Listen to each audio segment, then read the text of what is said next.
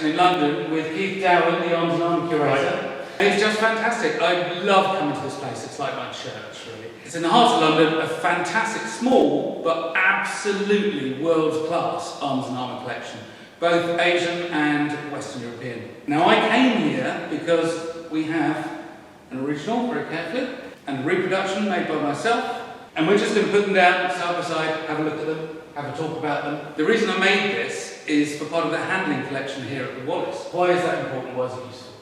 Well, I think a lot of people, when they look at arms and armour, they think, oh, it must be uncomfortable to wear, it's heavy to use. So actually having replicas of pieces in our collection allows people to come in, handle it, understand how the weapon feels in the hand, how you might use it. Of course, that's something you can't get just through looking through glass or a picture in a book. So all those fantastic Victorian descriptions of the sword being so heavy he can barely lift it and all that. Yes, absolutely. Out the window. Yeah, but there's sort of myths that persist.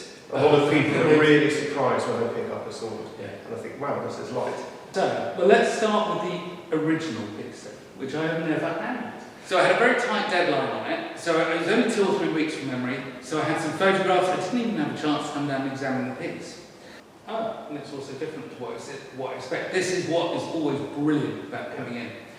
We've got a little, what looks like a welding seam line. Yeah, I agree. And that's what I took it for. When I looked at the photographs, I thought that was the case. Yeah. But you flip it over, and you've got exactly the same line on the other side, which you wouldn't expect. If it was a welded seam line, you'd just expect to see it. So actually, no, I'm not entirely sure. This is the value of actually having things outside the case and handling them. You get such a new understanding and appreciation of these objects. Or in this case, a bit of a mystery. So I came down looking at the rondel dagger, A476, the monster dagger. Yeah, the one that everyone knows. What I found really fascinating about that is that there is no visible peen on the top disc at all. No, there is nothing right. there. And you'd expect corrosion and age to show something, and it doesn't. And so you look at it and you go, yeah, lovely. I have no idea how this, even though it's in my hands, I have no idea how this is put together. Traditionally, these daggers have been dated to the early 16th century. Yeah. But really, we don't know precisely when they date from. There's a group of them in Dresden, but they're a bit of a mystery as well. We don't know exactly when they were made and who they were made for.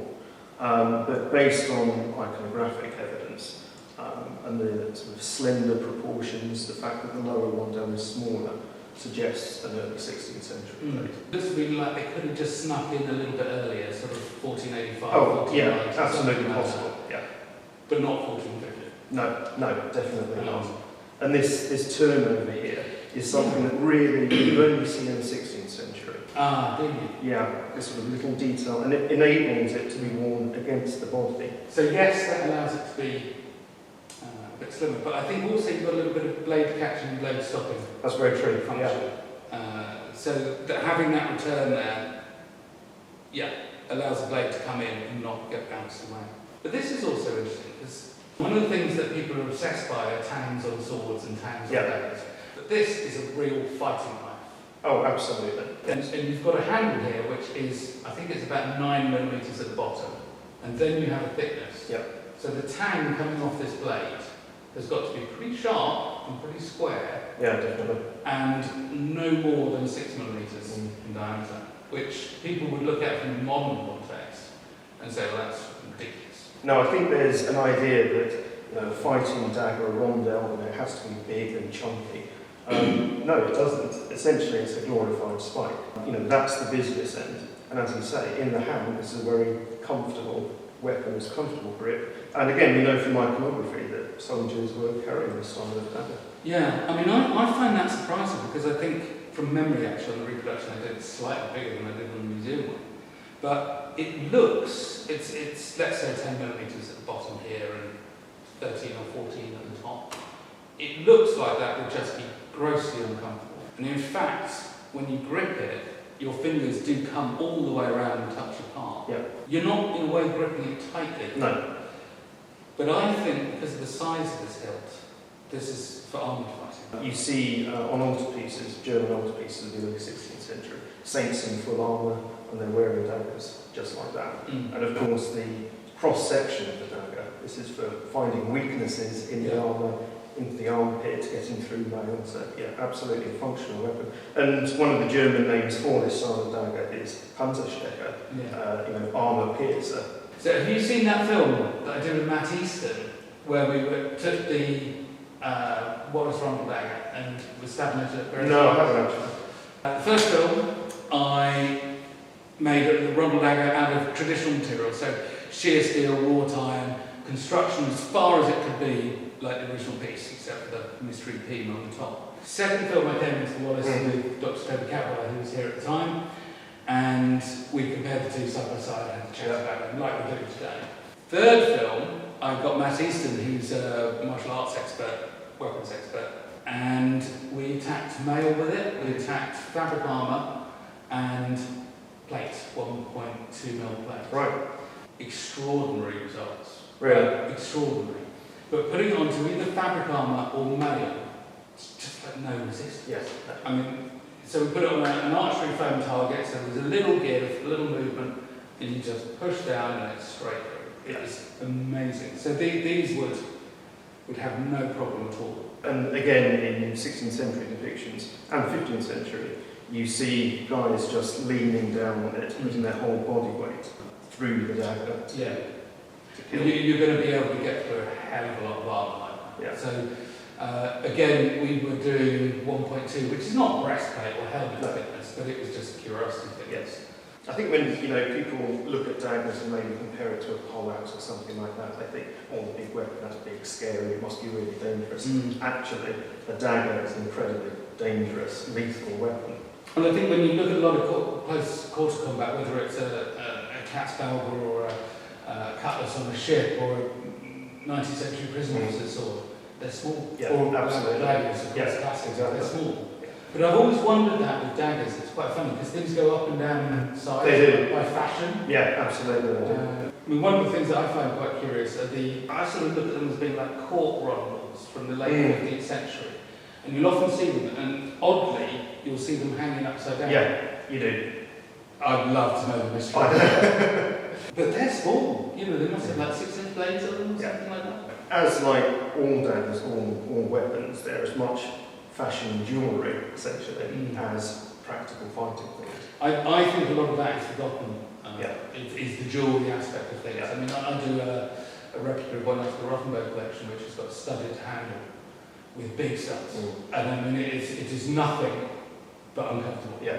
It will stay when you put it in your hands, great, but it's not comfortable. But you use it for 30 seconds once a month. Yeah, exactly. The rest of the time, it's jewellery. So I'm just going to compare the two now, side by side. So I made this from memory out of 1.5mm. I'm going to guess that the top of this pommel here is under 1mm on the thickness. You can just kind of feel it, see it. So I'm thinking that that's like maybe 0.8mm. We did approach a similar construction method, where what I've got is the bottom of this pair of discs here. It's curved. And then the top disc comes over and the edge is just crimped under, which is a method that they use quite a lot. Yeah, so you don't have to weld it, you don't have to solder it, you just literally crimp one piece over the other. You can see that seam on the original one. You can see it there. However, it's done much finer on this. And what I'm not saying, actually, I'm not shy of actually saying my work is crude sometimes, because sometimes it can be. In this case, it is cruder than that, but it is perfectly correct. You know, there's other examples I've seen where they've done exactly what I've done here. I think what they've done on this one is they've actually cut in a little step on the bottom. So that it's folded, and when it's cleaned back, it's almost invisible. I mean, it's very fine work, but this comes down to part of the difficulty when I have a couple of photos like this. You can't quite see how some elements are. Interesting though, would I have done it like this? Because this was done in a hurry, so I might have actually made the choice to do it like I did it anyway. How do you feel I fared on that? I think really well, actually. You've sort of captured some of the irregularity, the fact that the lines aren't all evenly spaced. So the first thing you spotted my mistake? I spotted your mistake. Thanks. Yeah. But I think, one of the things is that if you look at any piece of armour or weapon, even some of the best pieces, there are mistakes, there are inconsistencies, things aren't symmetrical, and I think, you know, on good replicas, that is replicated. I think the mistake sometimes is to make it too perfect, everything too square. I don't like that. No. Because you begin to lose the soul of the Yeah, absolutely. When I'm looking at the original here, I would... Some parts of what I've done are not as good, some are more regular. I mean, that set of tram lines clearly not parallel. Yeah. That set's clearly not parallel. But it's why I don't really measure too much. No. I make. Yeah, absolutely. I mean, that's the way they've done it. You know, they weren't standing there measuring every little bit. No. It was done by eye and experience. Yeah. I mean, you see that in the series that's preserved at Dresden. You know, they're all slightly different, even though they're clearly part of the series.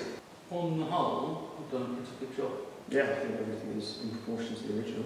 Yeah, well, you've got slightly less wide here, but you've captured the taper which you have on the original. I'm pretty pleased with that as a result, actually. I think for me, the most noticeable difference is just the way I've crimped it over the top, which has been crimped in the same way, but they've had a little step down and I didn't have a step down. Yeah.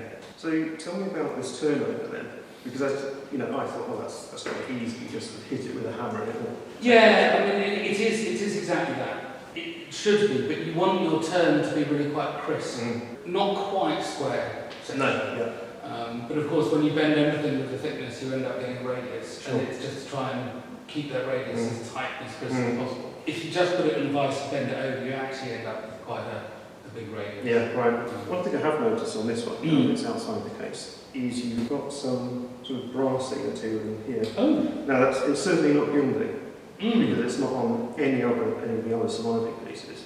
And I was just wondering what you thought. Oh, okay, I hadn't even noticed that. I'll tell you what is going on there. Well spotted. That's the weld line. Oh yeah, yeah. That's the weld line down there. And it doesn't look like a braze line, but those little bits of brass that we've identified do look like braze. I can't see any braze anywhere other than that. But again, it's quite interesting. This brings up things like that quality of fit and finish. Actually, that's really interesting as well. Sorry, I got sidetracked by myself there. This is one of those things that gives you that quality of fit and finish. That if you look on here, there's quite a few file marks, coming up towards the hill. There is actually. And those would be unforgivable in a modern piece. Yeah. It just hasn't been adequately or perfectly well cleaned. But then, what diverted them was look at that going down the blade again. All the way down the blade, there's a laminar crack, almost to the tip. And again, utterly unforgivable. And that didn't appear later in life. That was sold and bought with a whopping big crack down the whole length of the blade. I just find detail like that really interesting because it just shows how uptight we are about this. Certainly. Yeah. That worked, it did the job. Somebody paid good money for this piece, went, a couple of scratches, if they noticed it. Crack of the blade, if they noticed it. Yeah, lovely, I'll have it. But this is another funny feature. I don't know if you noticed this with triangular daggers. The first one I ever made, I put the blade on it, and I've now spent a long time doing it, and I'm very proud, and I'm very pleased with myself. And I put it together, and I went, oh my goodness, the blade's on the wonk.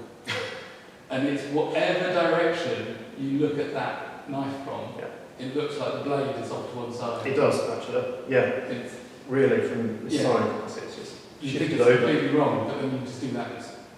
Yeah, it's funny, but I remember when I did it, I just looked at it, oh my god, no! There's quite heavy corrosion. Yes, there is. At the top here, but the rest of the blade is in fantastic condition. I mean, overall, this knife could be used tomorrow. This is more or less as close as it gets. But do you know what's caused that? Was it hundreds of years in a sheath, or? I think that's most likely. I mean, we've got two daggers like this. The other one's slightly different. That's A729. And that one does have parts of its original leather sheath, but it is cracked and broken. So I wouldn't be surprised if for years this was kept in a similarly cracked and broken sheath and it's just corroded preferentially. But as to how this came into the Wallace collection, it was 1871, it's from the Comte de Nieuwerkerk's collection, so he had a really big collection in Paris. He was Napoleon III's superintendent of fine arts. Richard Wallace bought the collection after the fall of the French Empire during, for 600,000 francs. Which was how much? 600,000 A small fortune, really. But Wallace was in the market, he was doing a lot of his buying in 1870-71, and Nieuwerkerk came over here in exile, kept his collection in the hands of a friend in Paris, and said to Richard Wallace, I've got this collection, do you want it? Because I can't go back to France now. And he came over here. But other than that, we don't really know a lot about this collection. I mean, I've talked about other examples in Dresden. It's possible that this made its way out of Dresden during the Napoleonic Wars. So a lot of the items in this collection are part of Nieuwerkerk's were taken from arsenals, castles in Austria and Germany during Napoleon's campaigns, entered the art market in Paris and were eagerly snapped up. So that's possibly how it eventually got here, but we don't know for certain. Yeah. Museum collections, particularly that put together in the 19th century, there's always that little question mark about authenticity. Yeah, definitely. That, for me, absolutely 100%. Yeah. I mean, there are things in the collection that Wallace bought as originals, but we now know that they're not. But yeah, there's absolutely nothing to doubt this also. Yeah. And the markings? That's quite a common mark that you see on this series of daggers and others, but exactly who that person was, again, we don't know. And unfortunately, the records in Dresden aren't complete, so we don't have a so-and-so was commissioned to produce a dozen daggers. But the dagger probably came from Dresden? I think it's very likely, considering that the greatest concentration is there at Dresden today. Ah, so do you think that is like a local style? Or potentially. I think you certainly see this style across Germany. So it appears in southern German altarpieces, as well as northern German ones. So German style, yes. Whether it's sort of focused on Saxony to begin with, again, we don't really have the evidence it's possible. And then, I suppose the last bit, really, on this was the sheath that did for it. So this is complete conjecture. I suspect this one quartz, and that's a very medieval way of doing things. But by this time, they're starting to think about belt loops, for instance. So I know that, again, the very famous bollock dagger you have here with the eating set on it. Yeah. It's funny, actually. It looks for the world like it's got a little metal spring clip on the back. Yeah, it does. It really looks like it's got like a Commando Dagger spring clip. It's not. It's a leather belt loop where the bottom has just given up and pulled away. But realistically, I think there's a reasonable chance that this might well have had a belt loop. And that also, for me, would go hand in hand with the fact that it's got the little turn down guard. Because if it's hanging down here, it doesn't really matter what the guard's like. No. If it's pinned to your body by a belt, it becomes more important. But how common do you think they were at 1500? Oh, I think not as common as they would have become. No, certainly. So I think doing it that way is quite reasonable. We mentioned before about daggers sort of sloping down at the waist, and yet you do see these daggers being worn really tight against the belt, but I wouldn't say that that's the universal method, no. Again, just a check of conjecture really, I just put a little bit of interest on here, a little bit of decoration. Yeah, capturing the sort of tram lines, as you call them, on the top rondel here. Yeah, it's just sort of fairly simply done. I don't think that this was a particularly high status dagger. No. I mean, how would you view this? It's certainly sort of knightly status, although that's sort of quite a broad term really. Yeah. But no, this is not something that the Elector of Saxony, for example, is going to be wearing. Yeah. This is something for his household, maybe. Household or sort of bodyguard, maybe? Yeah. Although actually often they're quite flouncy as well, aren't they? Because they're part of your jewellery when you walk around. But They could be, but there's sort of this, in the early 16th century, you think of Maximilian armour. It can be quite severe, quite utilitarian in a way, so I don't see this as being incompatible for somebody of higher status. yeah, but I've thoroughly enjoyed looking at the original piece. I am pleased, generally, with how close I've got. Slightly annoyed about that turn down detail at the top. I wish I'd spotted that. Other than that, I think it's a lovely, lovely dagger. It's in such good condition. It's so iconic. It's such an iconic piece of its type. You know, this is a very well-known dagger. Yes, it is. Yeah. I must say I'm unfamiliar with all those in Dresden. I've got to go digging. Yeah, you must.